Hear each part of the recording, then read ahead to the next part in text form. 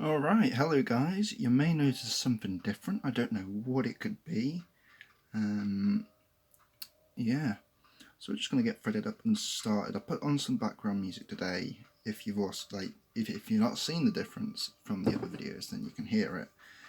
Because my neighbour's having a big party, big barbecue type thing, which is fine, they're allowed to. So I just mask it with some of my own noise.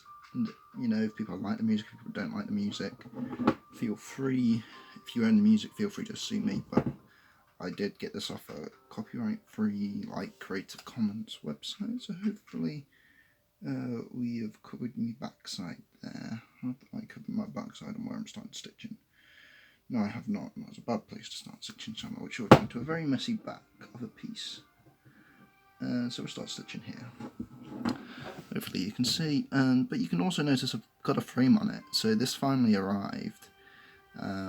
Took a week or two to get here, and it's a Q-Snap, I believe. It's not, I think there's an actual brand called Q-Snap, and then this is just a cheap one off Amazon. Not because I necessarily didn't want to pay the premium price for like a good one, but because I wanted a small one, and this was the smallest one I could find. And you can see it's kind of too big for this piece, because I've got it hooked around the top and bottom as this is taller than it is wide, but I just can't get it to fit on the sides. There's just not enough material there to grip it, and it's a bit awkward at the top, as you'll probably see me have to retighten it once or twice at the top. And if I'm doing this all wrong, please let me know. When I've got a piece that's like properly sized up for this, which is big enough for the frame, is what I'm trying to say, and it doesn't work, I may use some of the life hacks, like putting the grippy things through the dishwasher, and the heat apparently shrinks them a little bit. Hopefully it might make things a bit easier for you guys to see if it makes things a bit harder. But I like, other than there's a lot of tension in the fabric, the thing I like is hearing the kind of noise. I don't know if it's picked up on my phone or my music's masking it. So yeah, it's quite nice, and I can't wait till I can get really, not really tight fabric or dangerously tight, but tight fabric so I can really hear that satisfying noise. It's like some AMSR, which I'm not going to go into. And I found the reason last time that I had barely any record time on my phone, or one of the reasons at least, is that I don't have an SD card on my phone at the moment, which I'm shocked at, because I should. And I was going nuts for like the past 10 minutes before this when I saw, why has my phone got no storage still? And I saw, oh, I don't have an SD card in it. Doi. I need to get an SD card in it. And I went mad because I know I have one somewhere knocking about in a little storage container, as I replaced the one in my Switch the other week for it was ridiculous, 128 gigabyte card for the Switch, and I took my 16 gigabyte card out of the Switch, so I went nuts looking for it so I can put it in my phone, because then I should be able to record no problem, because today I've had to go and delete audiobooks off. I have to clear my Disney Plus downloads, so yeah. But back at it, and the thing I wanted to discuss last video, before I went on a big tangent about art and adapting art for kind of movies and TV and stuff, which was a good diversion, I think. It was worthwhile. It was a nice diversion to something completely different. But what I wanted to go over is the fact that I've been off work for about the past week. Because my brother was ill, luckily not with the COVID virus, but something else. He went tested, it came back negative, so I was good to go back to work, but I was written out the rota, so I had a week off, which I'm chill with, because I just spent it relaxing, and I basically just went, oh, it's a holiday, I'm going to use it as a holiday and do the stuff I like to do on my holidays. But what is a holiday? Why, what do we do on them? So a holiday, you obviously, you can go somewhere on a holiday, whether it's a city break, or it's a little cottage, or whether it's to a holiday resort, whether it's on an activity holiday like skiing or mountain bike riding, I don't really know if you're going surfing for a holiday. Why do we enjoy those? Not really a question I wanted to. It's just I'm posing the question. And it's just a break of routine, I think, mainly, and doing nicer things than usual. But if we look at kind of at the moment, I can't. There's no holiday resorts open. There's like Airbnbs are like no. Hotels all over like no, which is understandable and fair, and I get the reason why. And that's fine. So what does a holiday mean when we can't go anywhere? Does it mean we just don't do work? Well, no, because I mean, if I didn't do chores around the house, the place would get nasty with other people.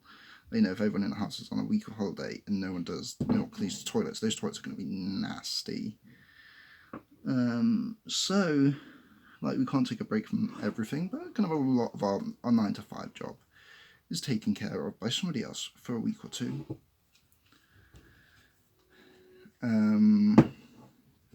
You see, it's really not long enough because it's about to slip out at the top, so I'm just going to completely take it off. So what do we do on our holidays? There we go.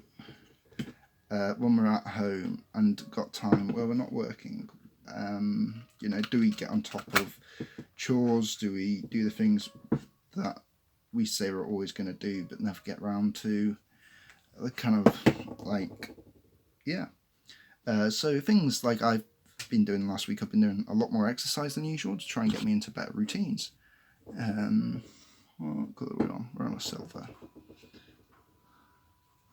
Help me get fitter just for this week. If I spend this week getting fitter, I think that's a good time spent. And if it gets me into better routines, into better stuff, then it's definitely time well spent. So when I go back to work, I'm more conscious of my fitness. I think that's a really good thing. I played a lot of video games over the past week to kind of chill and relax. And honestly, there's some video games which I think this is just way too short of a piece. Look at this. This is I don't know if I can show you. You think it's really long if you want, but that long is not that much thing. Not that much thing. Not that much thread. Video games and sometimes I think it's very some video games are really worth it for me to play in terms of story. Ones with a lot of story in. So when I just played Xenoblade Chronicles is so much story, so much good thinking. It's basically a movie sometimes. It really if you want a deep video game which goes on so many different levels of emotions and thoughts, talking about revenge, forgiveness, reunions is one part which is really emotional, really deep, really good, and then it's got other parts which are really philosophical, as in who decides the destiny, the future, who's going on about predestination or destiny, self-determination, I think is the best term. Who is it? Fate? Is it all assigned, or can we change it? And it's a question it poses, and it supports an answer of, well, yes, you can change it. That's the conclusion the game kind of draws, is, yeah, you do have agency. You can control your actions and you can influence the world around you, which I don't think is the worst message to have in a video game or a movie or something. If you think it's bad, then tell me in the comments below. So there's games like that with really good stories, because it's basically watching a movie, and I think there's nothing wrong with watching a movie from time to time, or even quite often, because it's a good way to relax, it's a good way to experience new thoughts and new ideas. Obviously there's problems, and don't get me wrong, we'll get onto good video games and bad. So there's those type of games which I think are really worth my while to play, because I really enjoy them. You can see, I've got 12 minutes of memory space on here, and got to 9 minutes. And they can really the second type of game which I think is really worthwhile is one which is really skill based. So the two I've got going at the moment, I would say, is Project Diva, which is a rhythm game, so you've got to be able to hit the buttons in time with music, and the racing game called Project Grid. For some reason I'm into two, or I think it's just Grid. And that's really skillful as it's racing driving, kind of realistic simulation, and to some extent realistic, okay. It cheats for me, okay. It gives me a leg up. And that hones the skill of that game for me. And like games at the arcade, like way back, like we'll have a whole episode on arcades at some point, I'm sure.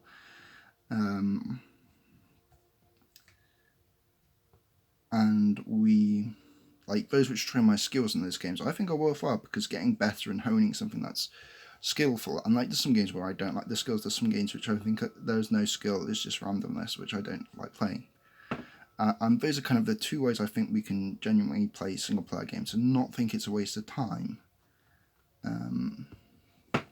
If you disagree, say below in the comments. If you hate video games, say below in the comments, and hopefully I can respond to that. Give you feedback, say, oh yeah, I agree now that video games are a waste of time and I never play them again. But I doubt you will be able to convince me. So yeah, I can see my time is almost up. I'm going to keep looking for my SD card, and hope you guys all have a lovely day, and do some cross stitch yourself, hopefully, and hopefully you enjoy doing a bit of cross stitch yourself. You know, it's pretty good fun. And if you want help getting started, again, leave comments down below. I will be happy to answer the first comment I get. And I can see it's blinking red at me that I've got like no time to hit stop. So I'll hit stop, and you guys have a good time.